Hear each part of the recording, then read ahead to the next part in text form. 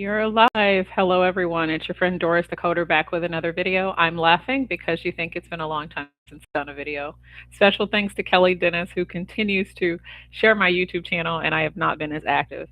As you see from the title of the video, today's video is on split claim denials. I had a client recently bring to my attention Humana is denying a very common situation that happens in anesthesia, split billing claim denials. So these are those cases where you have a CRNA and a physician billing for the same case because one is being medically directed and the other one is medically directing.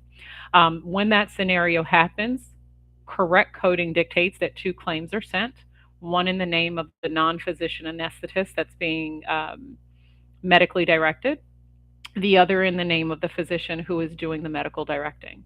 That is correct. That is proper. That is what it should be. What is happening with Humana that we're finding is they are paying the QX modifier, which is the claim for the non-physician anesthetist that says, I was medically directed. They are denying the physician modifier, the QK or the QI, saying I medically directed, requesting a CRNA modifier.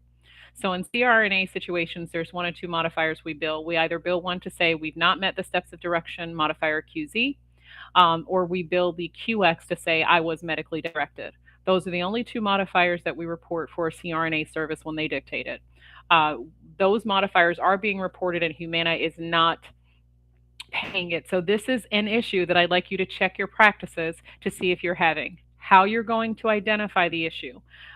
You can run a CAS report, a claims code for adjustment code CO16. If your practice management system allows you to show the remark code, you want CO16 with the N822. N822 is the code that they're actually putting on the, I just want to make sure I didn't mess that up. So yes, N822 missing procedure modifiers. So CO16 contractual obligation, claim lack service needed for adjudication, and the remark code N822 missing procedure modifiers. If you see this, what we find is those codes kind of similarly say the same thing, but they're classified different in payer systems. So you will have to go onto the Humana website to get the more descriptive reason, because immediately if you look at that scenario you think there's nothing, this is proper, it's 2 to 4 cases, so I build the modifier QZ on the physician and QX for the CRNA. That is proper, that is correct, you've not made a mistake there, but they're asking you for a modifier and it's not in policy. Special thanks to Jill Gillian. She mentioned that this issue actually came up a few years ago and was kind of corrected and now it's showing up again. So if you want to know if you have this issue, you'll need to do a claims adjustment, a claims remark code report, CART codes, claims adjustment reason codes for CO16, which is a very vague code. If you are getting your clearinghouse EOBs, it's going to be under CO16 with the remark code N822. If you go onto Humana's site, however, they have category and remark codes. They are classifying this as category F2, which reads finalized denial, the claim line has been denied. And the remark code they're giving reads payment is not allowed for this anesthesia service performed by a CRNA because the procedure code was billed without the required modifier. Again, the claim line that's being denied is the physician's QK or QY.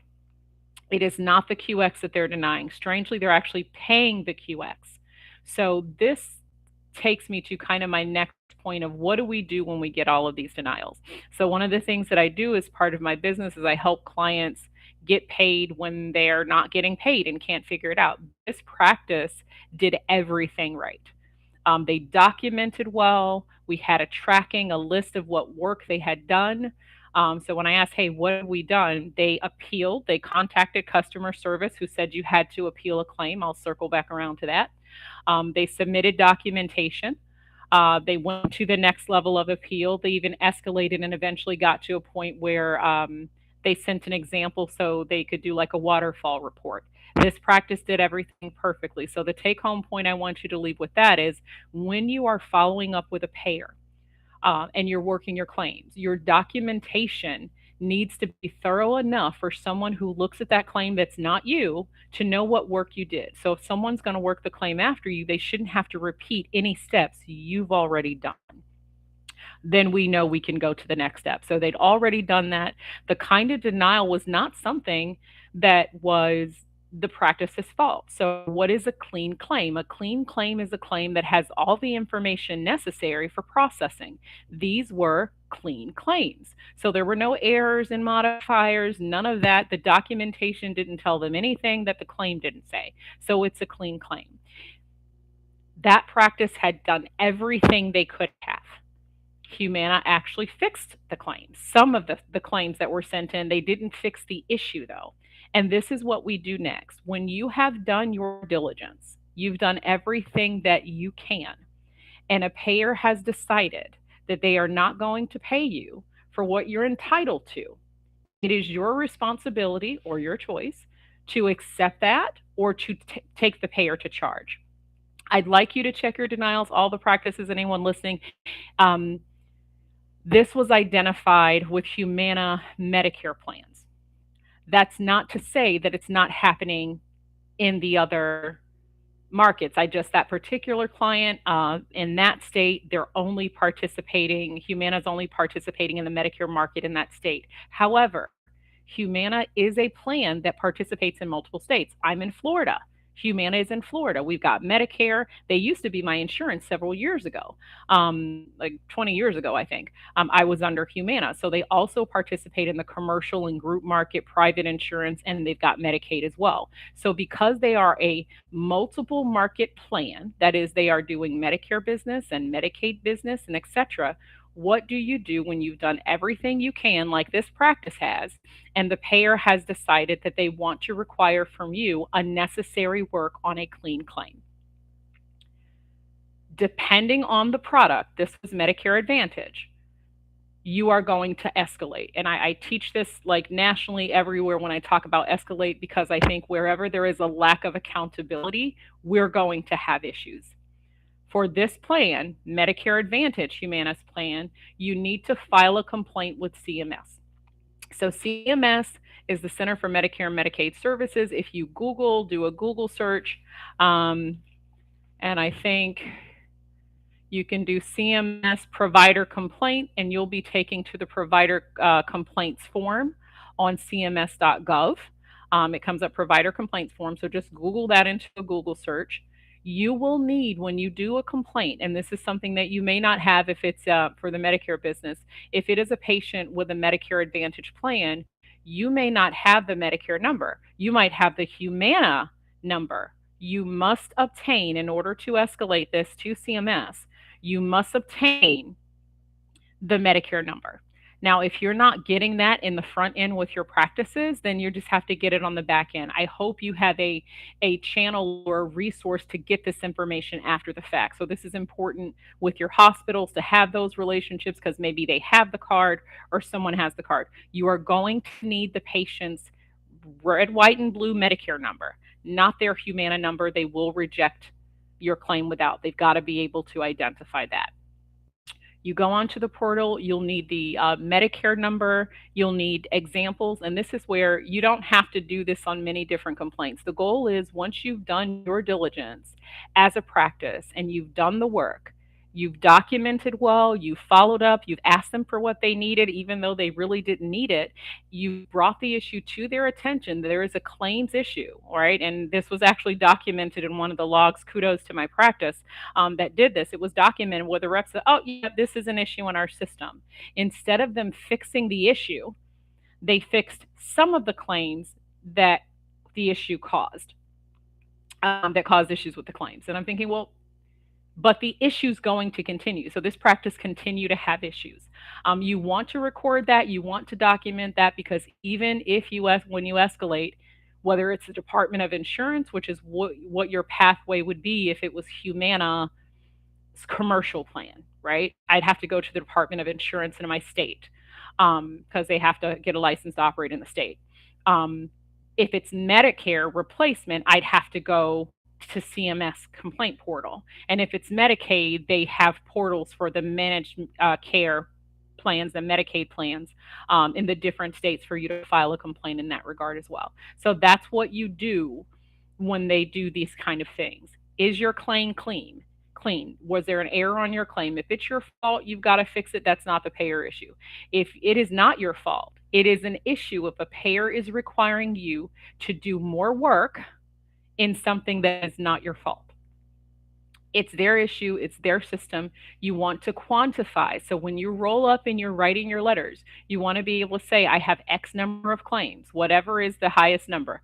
I have 3,500 claims. I have $6 million in claims, right? I like the claim number because it tells that you could have upcharges, and maybe that $6 million is 100 claims for all they know, right? So I like to say I've got over 3,000 claims that this is impacting. I've worked with the payer. I've escalated it to them. They are aware of the issue. They've refused to issue. The last result my client got with Humana is, oh, the rep retired. There's a new rep. You've got to go back through customer service and do an appeal on each claim. You're talking about thousands of claims they're requiring it. We as practices and practice administrators or revenue cycle folks, we do not have the bandwidth to do work on that many claims, let alone clean claims. So take home points here, identify the issue. If the issue is not related to something in your practice, meaning it's a clean claim, there's nothing you can do with it. You want to quantify the issue, work through the customer service department if you can, escalate it to the claims department, ask for a claims project or waterfall report for them to fix it. Document and track everything you see. Within your notes, what the results of, with dates. We want who we spoke to, when we spoke to them, if they have a direct line or a reference number. I spoke with Doris B. You want to document that. What the result is, or when you're expected to follow up, when they're expecting resolution. So if they say allow 14 days, then you want to tag that and put that in for 14 days and follow up some point after 14 days to see if the payer did what they said they would. And then when that falls apart and they're not doing their job, then we look to escalate. Bear in mind some of the barriers you're going to have here. If you don't have the patient's Medicare card and you don't have that number, and their Medicare Advantage plan, you're going to pretty much be dead in the water. CMS can't address it because they cannot find the patient. So do obtain that information. If you are using a clearinghouse for your EOBs, there may be a discrepancy. You might just be looking at those N822 and not know what they're talking about, and it just seems crazy. You won't know until you go to the payer site. The detailed reason for the denial came from Humana's website themselves that had that code. That is not a code that is perfectly classified in X12 where it had one of those codes. So they had to put it under missing required modifiers, even though there was no missing modifier in that regard. So do bear that in mind when you are looking to work and escalate and document. I can't say that more. So I'm your friend Doris, the coder, signing off on a video, even though I've not done a video for a while. Thank you for visiting my channel. I hope this helps you. Again, this was identified in the Medicare market. That's because the state that identified it only participates in Medicare. You may be seeing this issue with Humana across the board. Please check your denials. Unfortunately, I don't have a way to validate that because the client who brought it to me, they don't participate in the other markets there. But look within your denials and see if you're seeing a bunch of those CO616s and those patterns so you can identify it. If you are, I would love, please drop me a message here. I'm also on LinkedIn. Let me know if you're having that issue. I'm happy to share the letter we've used to appeal to CMS to intervene. Usually that is enough. Payers try to get away with a lot of things, but if they know that you will hold them to their charge, they don't. So we need to. So again, I'm your friend Doris the Coder, signing off on another video. And until the next one, this is I think my first live alone, my second live alone. I'm not great at doing live, so I hope you can hear this and see this and everything. And if not, I'm going to have to redo it, and I'm sorry. Thank you so much for your time, and I'll see you in the next video.